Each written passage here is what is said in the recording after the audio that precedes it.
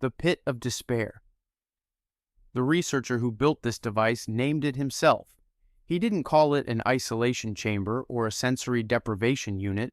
He called it the pit of despair. And he did it on purpose because he wanted you to know exactly what it was. Harry Harlow was already one of the most celebrated psychologists in America when he began building the chambers. His earlier work had transformed how we understand attachment, adoption policy, and early childhood development. His cloth mother experiments, in which infant monkeys chose an emotionally available surrogate over a wire one that provided food, were considered humane, even tender. What came next was neither. Throughout the 1960s, Harlow designed a series of increasingly extreme confinement devices, published the results in peer-reviewed journals, and continued collecting awards while doing it. None of it was hidden. That is perhaps the most unsettling detail of all. Picture the device itself: stainless steel, cone-shaped, with slippery sides engineered so that the animal inside could never find a stable foothold, physical or psychological, for the entire duration of its confinement. Monkeys placed in the pit for 30 days emerged, displaying what Harlow's 1965 paper, co-authored with Griffin and titled Total Social Isolation in Monkeys, described as autistic self-clutching and rocking, behaviors that were never reversed. Animals isolated for 6 months showed damage so complete that Harlow described them as profoundly disturbed and permanently impaired, incapable of normal social interaction for the remainder of their lives. The devices did not stop there.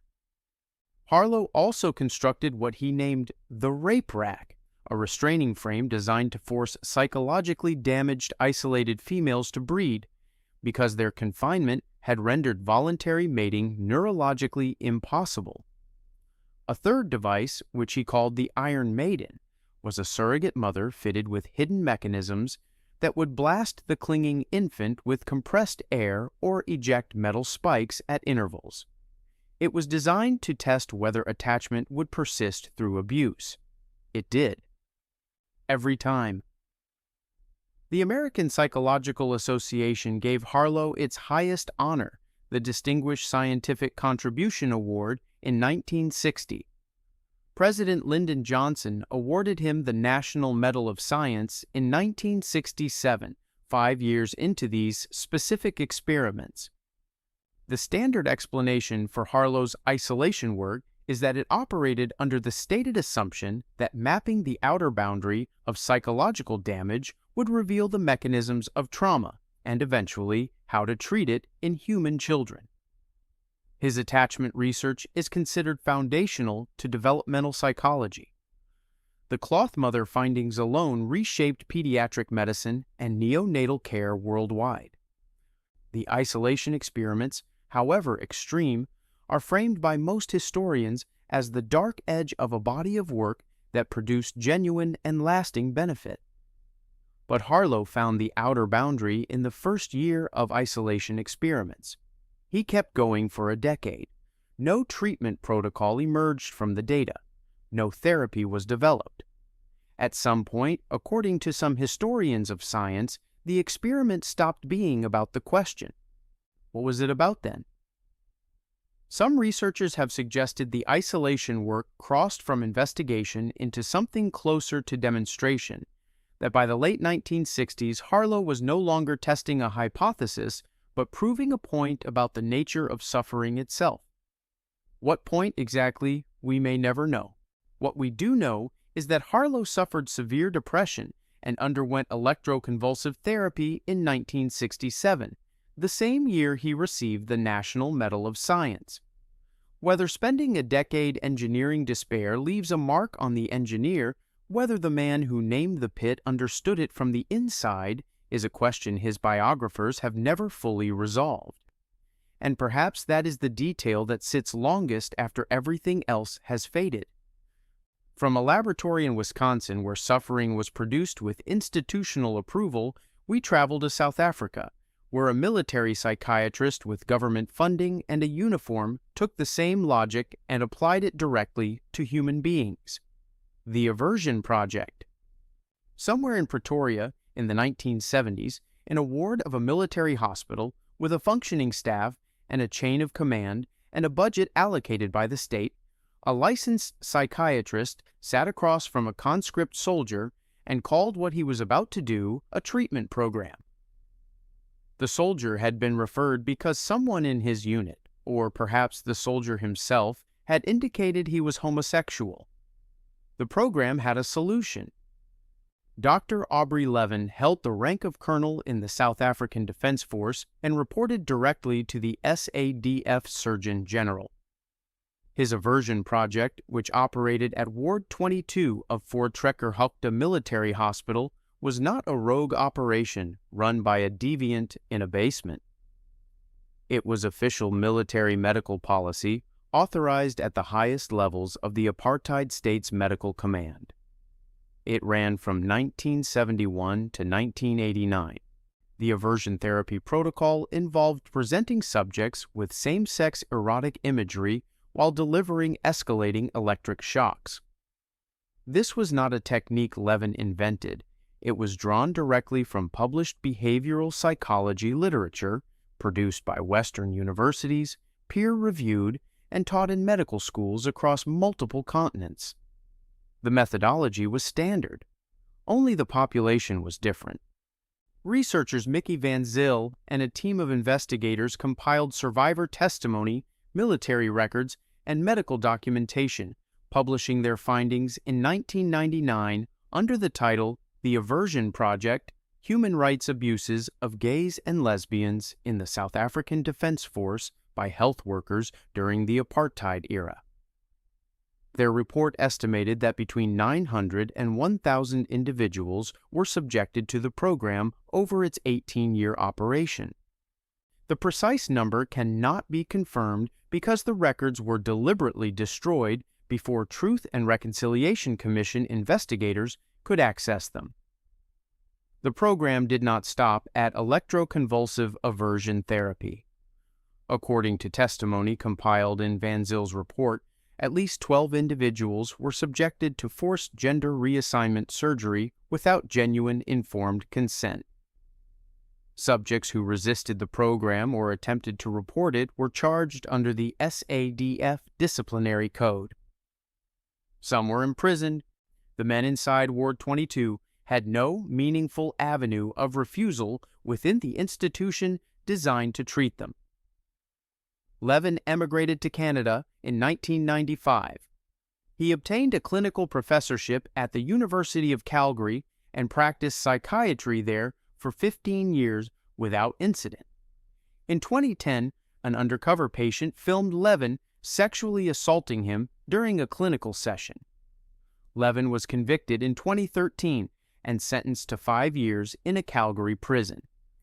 Most medical ethics bodies classify the Aversion Project as a product of apartheid-era state pathology, a specific convergence of political ideology, institutionalized homophobia, and the particular authority a military command structure grants its medical officers. It is treated as a historically bounded atrocity, specific to a specific regime, rather than as evidence of something latent in the profession itself. But the protocols were not invented in South Africa. They came from the published literature. The question that the Aversion Project forces, and that psychiatric ethics has never fully answered, is this: if the methodology was legitimate behavioral conditioning applied to a non-consenting population under state authority, at what point does a clinical technique become a war crime? The Truth and Reconciliation Commission chose not to grant amnesty for Ward 22. It also did not prosecute. The survivors received a report. According to those who have spoken publicly since, they are still waiting for something that looks more like a reckoning. From a military hospital in Pretoria, where records were burned before they could be read, we moved to a set of American psychiatric wards where every record survived, was published in one of the world's most prestigious scientific journals, and produced a finding that the institutions it described have spent 50 years trying to absorb without actually changing. The Rosenhan experiment. 8 perfectly sane people walked into psychiatric hospitals and reported hearing a voice say a single word. The word was thud. Every one of them was admitted. Then they stopped saying anything unusual at all. And not one hospital figured out they were sane. The other patients did. David Rosenhan was a psychologist at Stanford University when he coordinated what would become one of the most consequential studies in the history of psychiatry. On January 19, 1973, he published the results in Science magazine under the title On Being Sane in Insane Places. The paper is still among the most cited in the field. It did not produce the institutional transformation its findings implied was necessary. It produced a revised edition of the diagnostic manual. The 8 pseudo-patients, including Rosenhan himself, each reported hearing a voice saying words such as empty, hollow, and thud. They reported no other symptoms and fabricated nothing in their personal histories. All 8 were admitted. 7 received a diagnosis of schizophrenia. 1 received a diagnosis of manic depressive psychosis. Once inside, all 8 behaved entirely normally. They told staff they felt fine, that they heard no more voices, that they were ready to leave. Not one was discharged in under 7 days. The average stay was 19 days. 1 pseudo-patient remained hospitalized for 52 days. Across all 8 subjects, the total institutional time accumulated was 19,354 days. Upon discharge, every pseudo-patient diagnosed with schizophrenia received the label schizophrenia in remission, a designation Rosenhan noted would follow them into every subsequent medical record for the rest of their lives. Ordinary behavior inside the wards was not read as evidence of sanity. Pseudo-patients' normal note-taking was recorded in nursing logs as the patient engages in writing behavior, a symptom of the diagnosis, not evidence against it. The institution had no interpretive category for sane. The finding that most stunned the field came after publication. When Rosenhan informed a research and teaching hospital of his findings and offered to send pseudo-patients in the following months, the hospital's staff attempted to identify them. Out of 193 real patients admitted during that period, staff flagged 41 as probable pseudo-patients and 19 as definite ones. Rosenhan had sent nobody. The mainstream response to the study is that it identified genuine problems in mid-century psychiatric diagnosis and helped catalyze the DSM-3 revision of 1980, which introduced operationalized diagnostic criteria in place of the impressionistic frameworks then in use. Most psychiatrists argue that structured clinical interviews and modern standards would perform significantly better than the institutions Rosenhan observed. But the hospital that failed to identify his non-existent pseudo-patients was, by its own description, a research and teaching hospital whose staff knew they were being tested. Awareness of the experiment did not improve detection. It produced false positives instead. Some researchers ask whether the deeper finding was never about diagnostic tools at all, but about what institutions do to perception once a label is applied. Inside those wards, supposedly, normal behavior reorganized itself around the diagnosis. The pseudo-patient's sanity was not missed. According to Rosenhan's analysis, it was reclassified. Whether modern psychiatry has fully resolved that structural problem, or whether the revision of its manual addressed the symptom while leaving the architecture intact, is a question that remains, in his words, and perhaps in ours, genuinely open. The Rosenhan experiment asked what happens when a label sticks to a sane adult. The next experiment asked what happens when a label, just a word, repeated in the wrong tone, is attached to a child who cannot remove it. The monster study. The researcher who ran this experiment asked his graduate student not to publish it, not because it failed, because it worked exactly as designed, and he understood too late what that meant. Wendell Johnson was one of the most prominent speech pathologists in the United States, a professor at the University of Iowa, and himself a lifelong stutterer. He believed that stuttering was caused not by neurology, but by environmental labeling, that children learned to stutter because adults told them they were stuttering. To test the theory, he needed children. A nearby institution provided them. The Iowa Soldiers' Orphans Home in Davenport supplied 22 children, none of whom had given consent, because none of whom had anyone positioned to give it on their behalf. Johnson's graduate student Mary Tudor conducted the sessions across the spring of 1939. The children were divided into groups. Those in the control group had their fluent speech praised. Those in the experimental group, including children who had never stuttered in their lives, were subjected to constant negative evaluation. Tudor's documented script ran something like this: "You have many of the symptoms of a child who is beginning to stutter.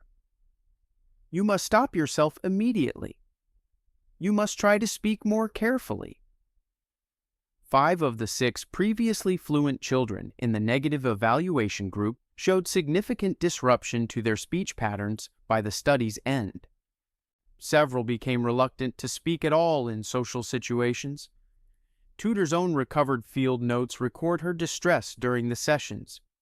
She wrote that she felt very bad about the results and that she wished she had never done it. Johnson ordered her not to publish the thesis. It sat in the University of Iowa archives for 60 years, inaccessible and uncited. In 2001, reporter Jim Dyer obtained Tudor's original thesis through the university archives and published a 2-part investigation in the San Jose Mercury News. The University of Iowa issued a formal public apology the same year, one of the only times in American academic history that a university has apologized for a specific experiment conducted by its own faculty. In 2007, the state of Iowa settled a lawsuit brought by surviving subjects and the estates of deceased ones for $925,000. The standard framing is that the monster study reflected the ethical standards of 1930s research, a period in which institutional children, orphans especially, were routinely recruited as experimental subjects with no meaningful consent framework and no regulatory oversight. Johnson's underlying hypothesis about the environmental origins of stuttering has been partially supported by subsequent research. The experiment is taught as a cautionary product of its era. But Johnson knew in 1939 that deconditioning was possible. He described the reversal methods explicitly in the thesis itself. The children were released without receiving them. That omission was not a product of ignorance or of the era's limitations. According to Tudor's own notes, both she and Johnson understood what had been done. One of them wrote it down. The other spent the rest of his career in silence. Wendell Johnson died in 1959 without publicly acknowledging the study. A building at the University of Iowa still bears his name.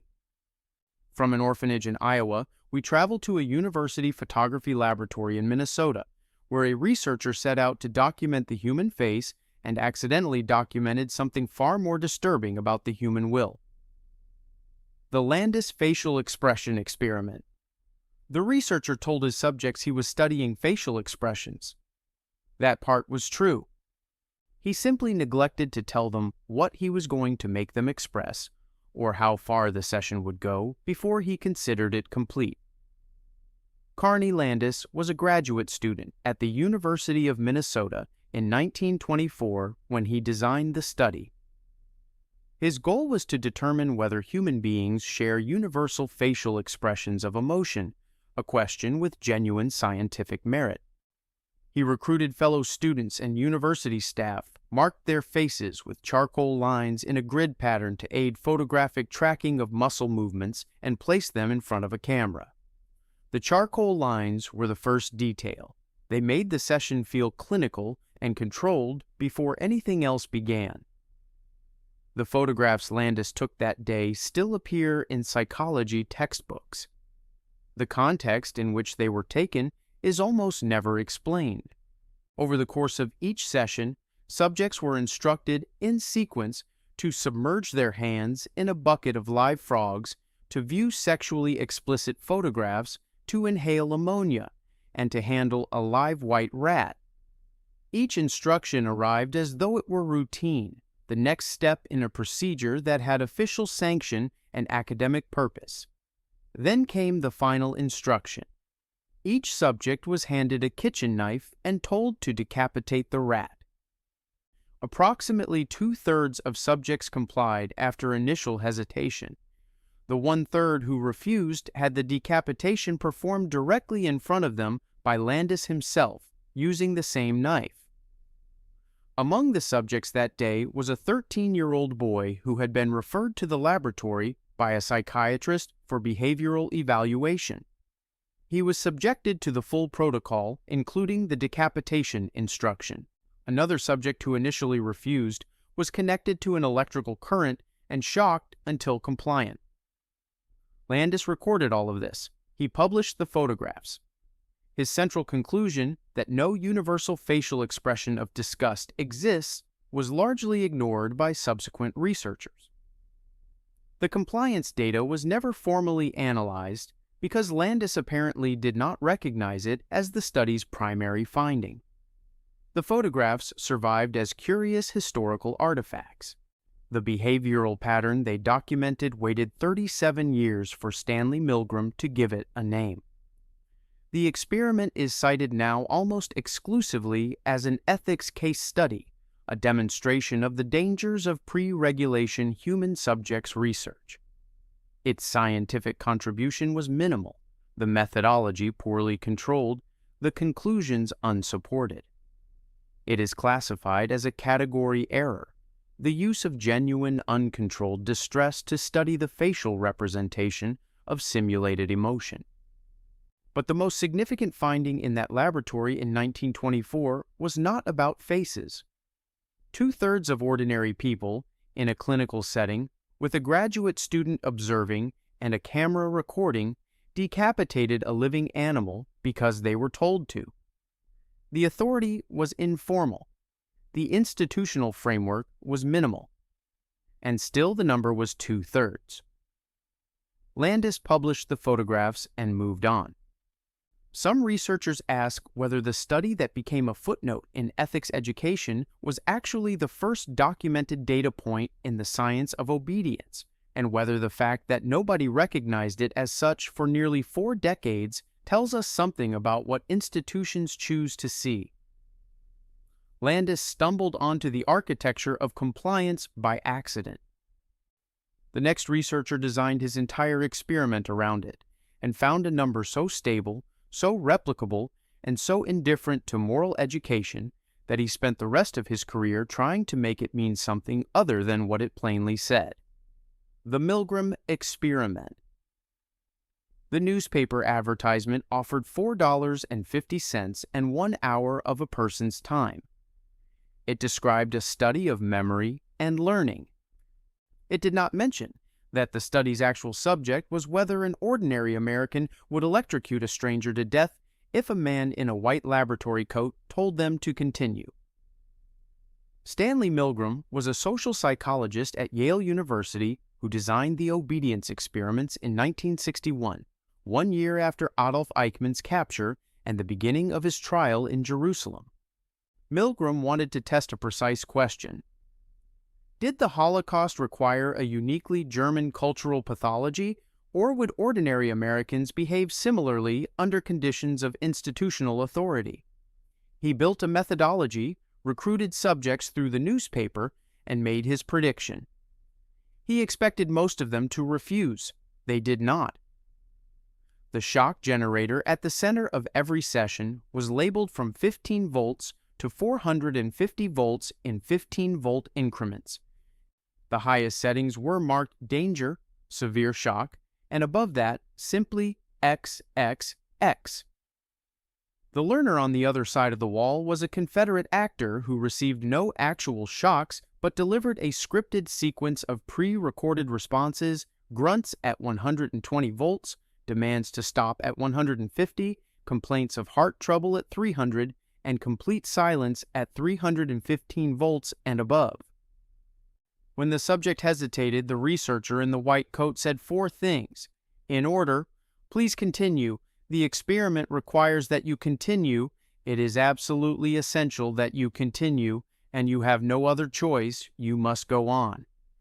In the original Yale study, 26 of 40 subjects, 65%, delivered the maximum 450-volt shock, continuing past the point of the learner's silence and into what any reasonable person understood might mean death. When Milgram moved the study to a rented commercial space in Bridgeport, Connecticut, removing the Yale institutional backdrop entirely, compliance dropped to 47.5%. The institutional prestige of Yale University was apparently worth approximately 17 percentage points of obedience. The study was subsequently replicated across 8 countries. Germany produced 85% compliance. Italy produced 85%. Austria 80%. Jordan 62%. Australia, the single outlier, produced 40%. No replication produced majority refusal except Australia. Milgram's field notes recorded that 3 subjects experienced full seizures during the experiment and yet continued delivering shocks after recovering.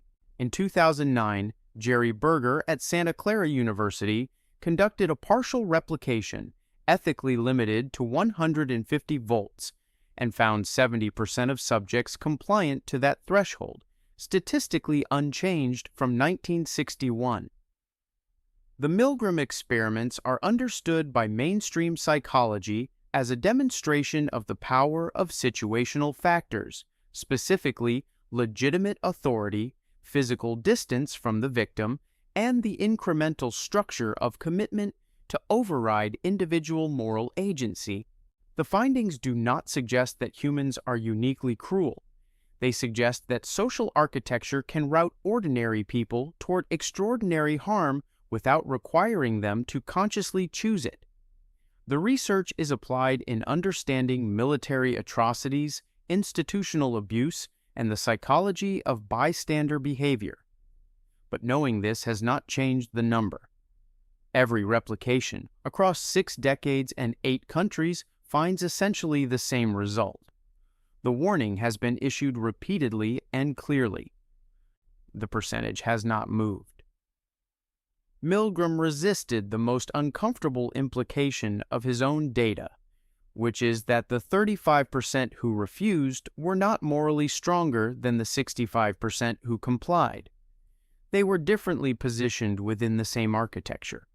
Small modifications to the experimental design, placing the learner in the same room, requiring the subject to physically hold the learner's hand against the shock plate, dropped compliance dramatically.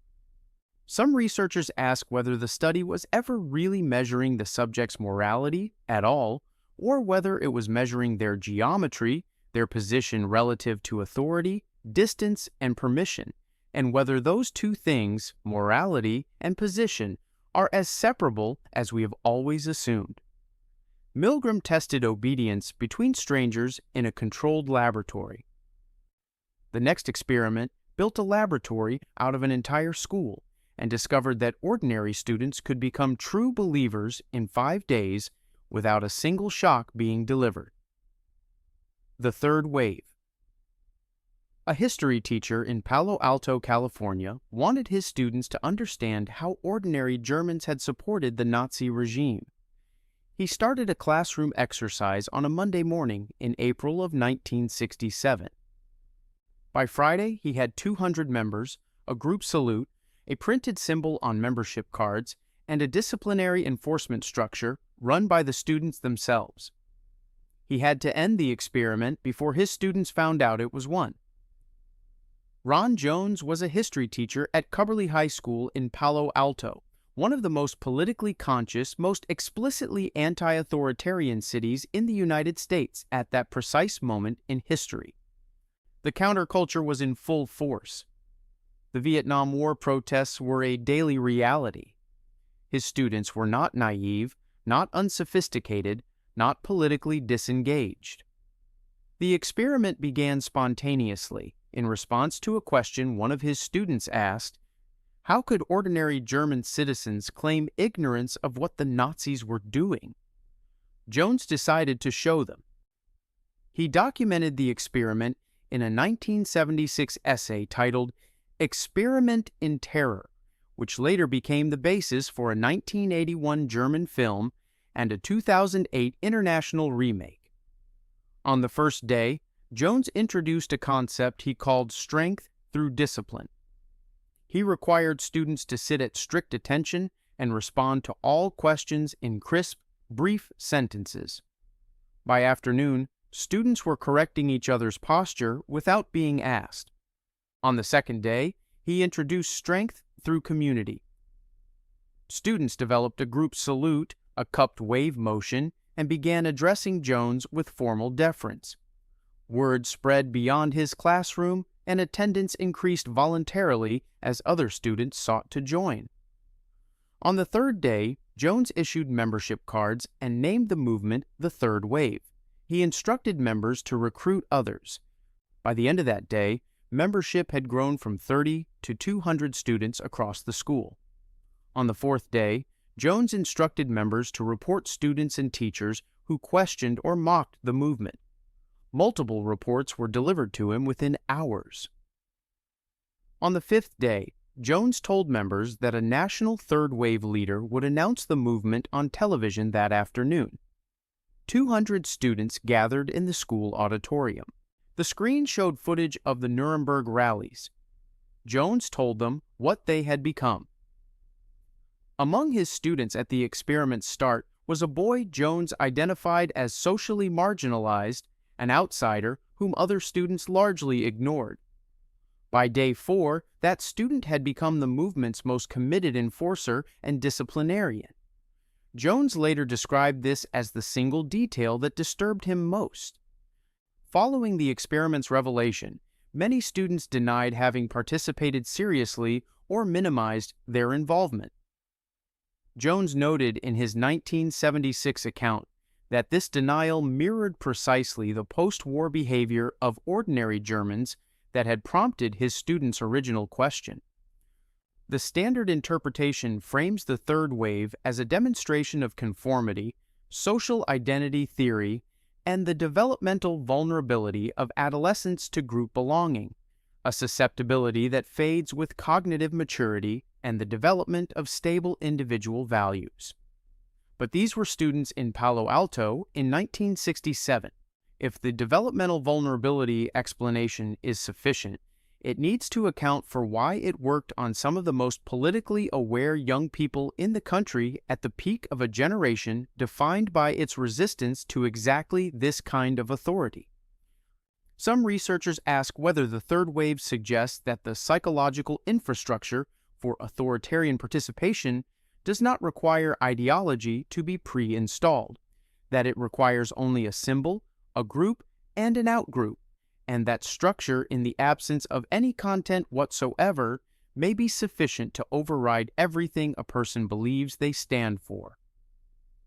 Jones himself admitted in later interviews that he had enjoyed the compliance more than he expected.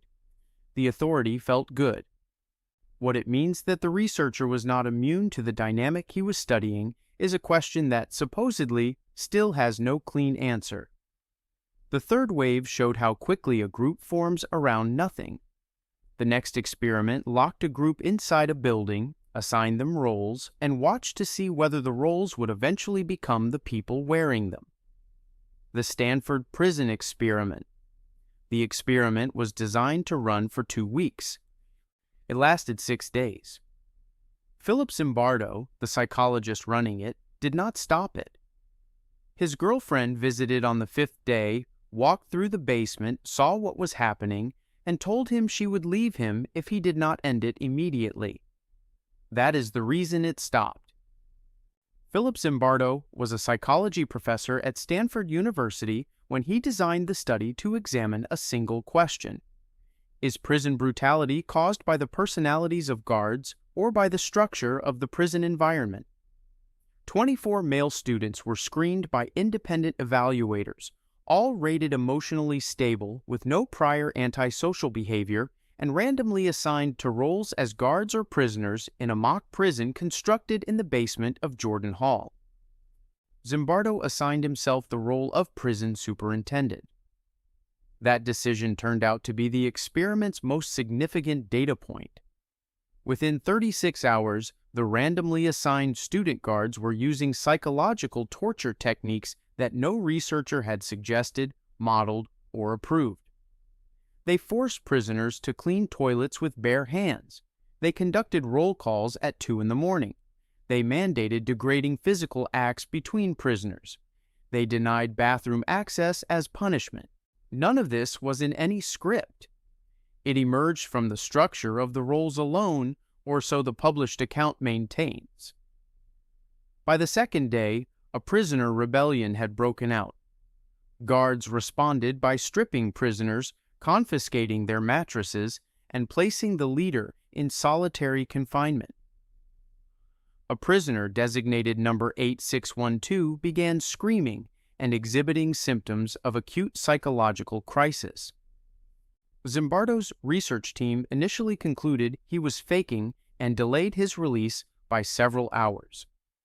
On the fifth day, Christina Maslach, a psychologist who visited the experiment and later married Zimbardo, is documented as the only one of 50 outside visitors to object.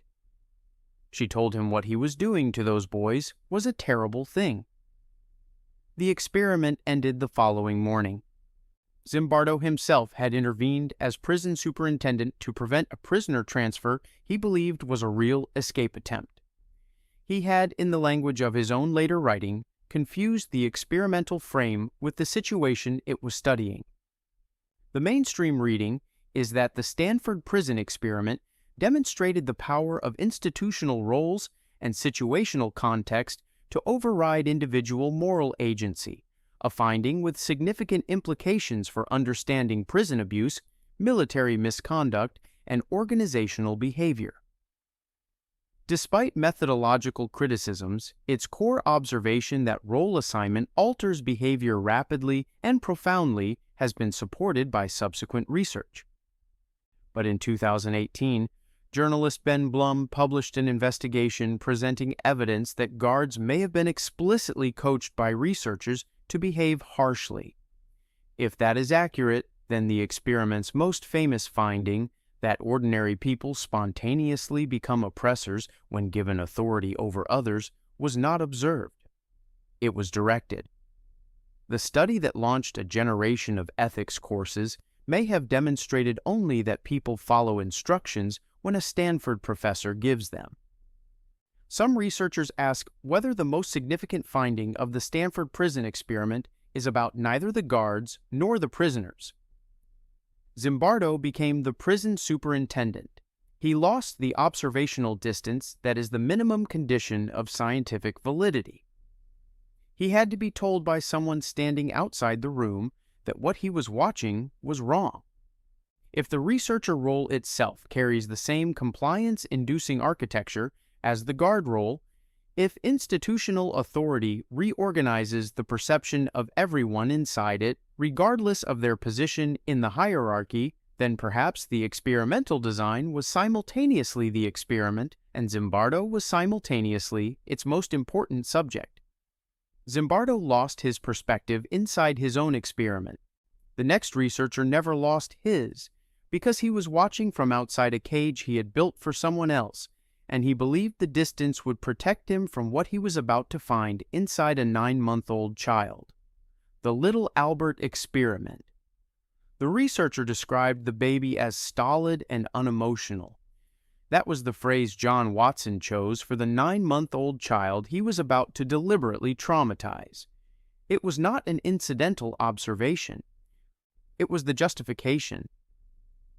John B. Watson was the founder of behaviorism and one of the most influential figures in the history of American psychology when he conducted the experiment with his graduate student and future wife, Rosalie Rayner, at the Harriet Lane Home for Invalid Children at Johns Hopkins University in 1920. The study was published that year in the Journal of Experimental Psychology under the title Conditioned Emotional Reactions. It remains one of the most cited papers in the field. Watson was forced to resign from Johns Hopkins the same year, not because of the experiment, but because of his affair with Rayner. The experiment itself proceeded without institutional consequence of any kind.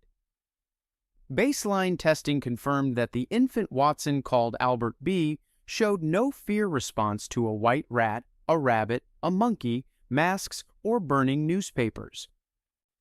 He was documented as calm and exploratory with all stimuli. Conditioning began by simultaneously presenting the white rat and striking a steel bar directly behind Albert's head with a hammer. 7 pairings across 2 sessions were sufficient to produce a reliable fear response to the rat alone. Albert cried at the sight of it. He turned away. He attempted to crawl in the opposite direction. The conditioned fear then generalized spontaneously, without any further training, to a rabbit, a dog, a fur coat, cotton wool, and a Santa Claus mask with a white beard. None of these objects had ever been paired with the noise. The fear had become architectural, embedded in a category of perception rather than attached to a single stimulus. Watson noted in the published paper that he intended to attempt deconditioning before Albert left the hospital. Albert was removed by his mother before this could occur. Watson made no effort to follow up. The methods for reversing the conditioning were described explicitly in the paper itself, which means Watson understood they were available. He chose not to use them. Albert's real identity remained debated for 88 years. In 2009, psychologist Hall P. Beck identified him as Douglas Merritt, who died of hydrocephalus at age 6 in 1925. A subsequent investigation published in 2012 by researcher Russ Powell raised the possibility that Merritt had neurological impairment at the time of the experiment, impairment that Watson may have been aware of through his access to Merritt via the Harriet Lane Home for Invalid Children. If Merritt was neurologically impaired, then the stolid and unemotional baseline Watson cited as evidence of the infant's stability was produced by brain damage, not temperament, and the entire justification for selecting him collapses. The mainstream framing holds that the little Albert experiment is the foundational demonstration of classical conditioning in human subjects, and that its findings underpinned behavioral therapy and exposure-based treatments that have helped millions of people with phobias, anxiety disorders, and trauma. The ethical failures are attributed to the complete absence of human subjects protection frameworks in 1920 psychology. But Watson knew deconditioning was possible. He wrote it into the paper. He chose not to apply it to the child before releasing him. That was not a product of the era's limitations. It was a decision. Some researchers ask whether the study is more accurately read as a story about what a researcher's certainty in their own theory permits them to withhold from a specific child. The stolid and unemotional framing did not describe a baby. According to the Powell investigation, it may have described a symptom. It converted a 9-month-old into a clean variable.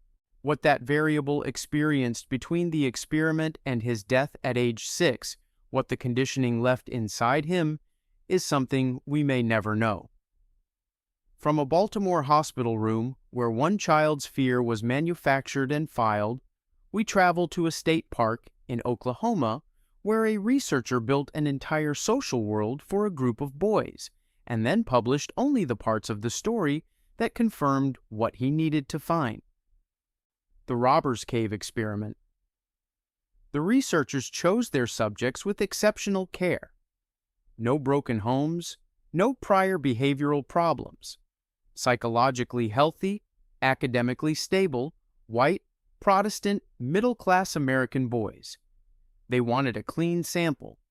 They wanted to be certain that what happened next could not be attributed to the children. Muzaffer Sharif was a Turkish-American social psychologist at the University of Oklahoma when he designed the Robbers Cave experiment as the third in a series of summer camp studies testing his realistic conflict theory.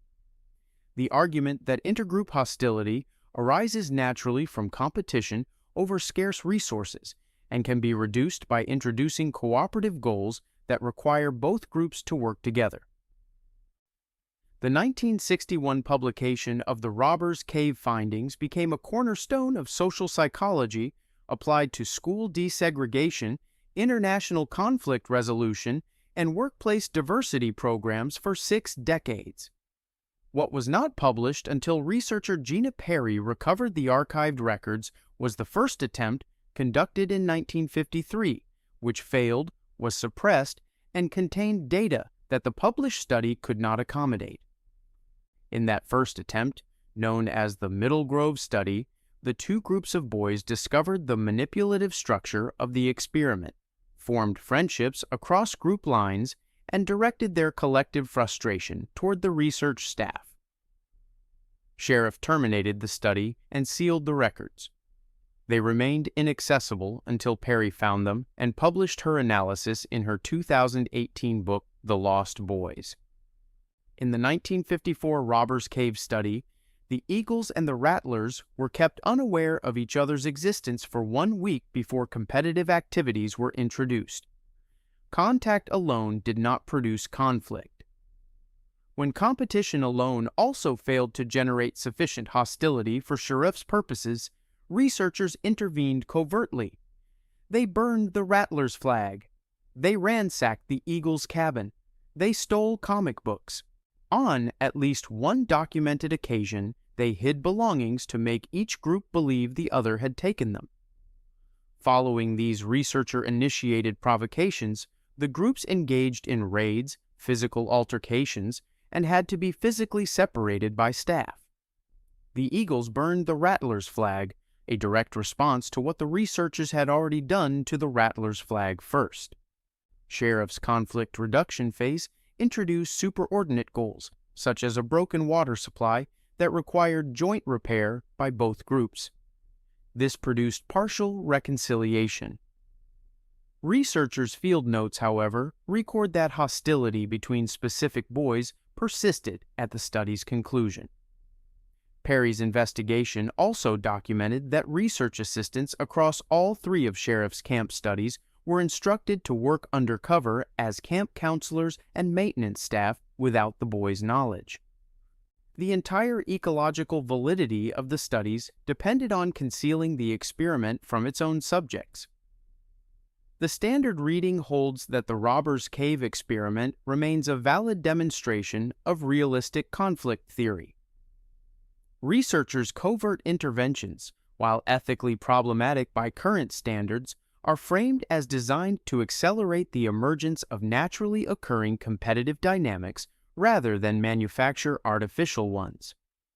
The conflict reduction findings have been productively applied to international relations theory, educational policy, and organizational diversity initiatives for decades, but in the first attempt, before any researcher manipulation, before any engineered competition, the boys did not hate each other. They made friends. The experiment produced the result it was designed to find only after the researchers physically intervened to prevent the boys from doing what they did naturally. Some researchers now ask whether the Robbers Cave experiment may not have demonstrated that intergroup conflict is a natural consequence of resource competition at all. It may have demonstrated that intergroup conflict requires active engineering that, left without interference, the boys found common ground faster than the theory predicted, and that the study only confirmed realistic conflict theory because researchers physically prevented its subjects from disconfirming it. If that reading is accurate, the implications are considerable. According to the suppressed data, the mechanism that reliably produces group hatred is not scarcity, not competition, not difference. It is someone with institutional authority who needs the groups to hate each other. And the framework built on the study that supposedly proved otherwise has been shaping conflict resolution policy for 60 years. 10 experiments, 10 institutions, 10 researchers who, by and large, were not monsters. That is the pattern that connects every item in this list, and it is the most uncomfortable detail of all. Harlow won the National Medal of Science. Watson founded a school of thought that still shapes how psychology is practiced and taught. Zimbardo's book remains assigned in undergraduate courses. Milgram is cited in virtually every introductory psychology textbook published in the last 50 years. Levin held a university professorship for 15 years after Ward 22. Johnson has a building named after him. These were not people operating outside the institution. They were the institution, decorated and endorsed and cited and trusted. The mainstream explanation for what these experiments share is contextual. The absence of ethics review boards before the 1970s, the cultural assumptions of their respective eras, the specific pressures of mid-century science, and its demand for demonstration. That explanation is not wrong. It accounts for a genuine portion of what happened, and the oversight frameworks that now exist represent real improvement over what preceded them. But the explanation does not account for all of it. Because the finding that runs beneath every experiment in this list through the Pit of Despair and Ward 22 and the Rosenhan wards and the Milgram Laboratory and the Stanford basement and the Iowa orphanage is not primarily about the subjects. It is about the researchers. Every one of these studies, in some form, documented what happens to ordinary people's moral perception when they are operating inside an institutional framework that provides justification, authority, and distance from consequence. The guards at Stanford did not need to be cruel people. Milgram's subjects did not need to be hateful. Tudor did not need to be heartless. They needed only to be inside a structure that told them to continue and told them it was science. What makes that finding genuinely difficult to sit with is that the Milgram compliance rate, replicated in 2009, was statistically unchanged from 1961. The structure is more visible now than it was then. The ethical frameworks are more developed. The number has not moved. The question these studies collectively leave open is not whether the researchers were bad people. The question is what it takes inside any institution to be the person who stops, and why, in experiment after experiment, across decades and disciplines and continents, it required someone standing outside the room, someone with no official role in the procedure, to see what everyone inside had stopped being able to see. You watched this far, which means you held the discomfort long enough to stay with that question. Most people encounter these studies as names in a textbook and move on. You didn't. That matters. Go to the comments and tell us which experiment changed how you see authority and why. And subscribe, because this is the archive for people who want to understand the system before the system finishes understanding them. Harry Harlow named his device the Pit of Despair because he wanted you to know what it was. He built it with slippery sides so nothing inside could find a foothold. He named every device in his laboratory for what it did. He won the National Medal of Science while they were running.